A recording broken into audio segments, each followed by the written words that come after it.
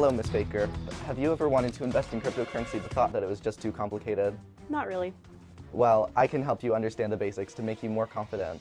Basically, cryptocurrency is a form of digital currency used for online payments. People choose this over traditional banks or cash for a few main reasons. It's different from stocks and cash because there's a limited supply of it. So unlike cash or stocks where there's an unlimited amount and they can just make more, cryptocurrency has a set amount that they make, making it more stable. Second, there's increased privacy. Crypto transactions are anonymous, meaning that you don't have to deal with government or business regulations. This privacy is due to something called the blockchain. The blockchain is basically a database spread across multiple computers in a network. Every transaction that uses crypto is a block that's linked to the last one in the chain. However, this also means that once a change is made, it's permanent. And those linked computers work together to verify each transaction in a process called data mining, which is how it remains so secure. Wow, that makes so much sense. Where do they keep the crypto?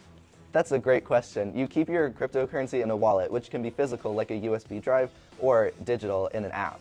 It contains keys that allow you to exchange your coins, and it's protected by a strong password. But you have to be careful to not forget your password, because if you do, you lose all your coins. This happened to a German software developer. He forgot his password, and now he only has 2 more attempts to get it right before he gets locked out of his 7,000 coins forever. That's terrible. It sounds like security is everything, and also he should have written down that password somewhere. Mm-hmm. It's a tough situation, but this story just shows how secure crypto is. That's why it's important to focus on the names you can trust. Bitcoin, which a lot of people consider digital gold due to its limited supply, is the most famous crypto, and it was the first one created. Some other big names that you might have heard of are Ethereum, which provides the technology for smart contracts and decentralized applications, and Dogecoin, which is used for tipping and fast, low-cost community transactions. You may also be familiar with the many, many unsuccessful meme coins that exist out there, but those ones tend to fail for many other reasons. I knew that there were other weird meme coin things out there, but why else did they fail other than they're stupid, unpopular, and nobody wants them? Unfortunately, the largest reasons for small cryptos failing is because of scams, where people hype up a currency to artificially inflate the value and then sell all of it. So the people who created it end up super rich while leaving everyone else in the dust.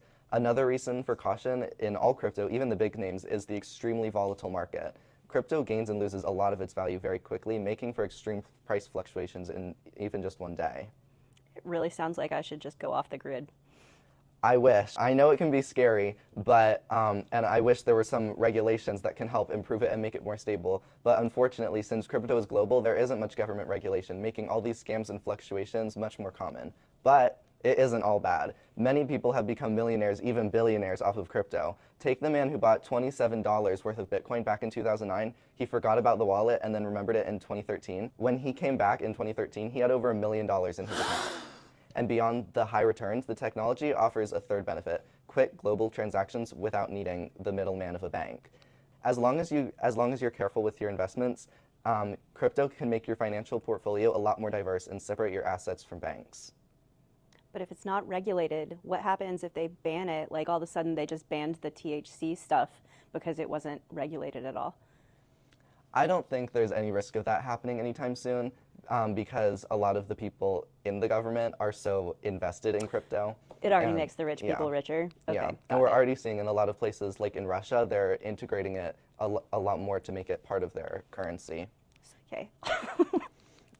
It's a totally fair concern to be concerned about the volatility of it, and many people have this concern, but historically, even though in the short term the crypto market can be very volatile from day to day, there's still a general long-term trend of major cryptocurrencies like Bitcoin having upward growth. And just remember, this isn't like a safer investment like a low-risk bond where your initial investment is almost guaranteed. With crypto, the principal is always at risk of being lost due to volatility. Yeah, so if we have another Great Depression, is crypto in more or less danger than regular funds? Well, there's really no way of knowing, but if people lose confidence in cash, people might put more faith in cryptocurrency as an alternative. I prefer bartering. So what are your professional opinions on crypto? So some economic professionals have very split views on the matter. So some people believe that the bullish markets are a great place to make lots of money, while the other side has concerns over the volatility and potential for fraud. But overall, everyone agrees that crypto is an investment best suited for those who can afford to lose the money and risk-tolerant investors who want a more diverse portfolio. Okay, I think I understand. Crypto can be valuable, but there are risks. You definitely shouldn't put in more than you can afford to lose. Exactly. So, with that said, I'm in. $1. It's a deal.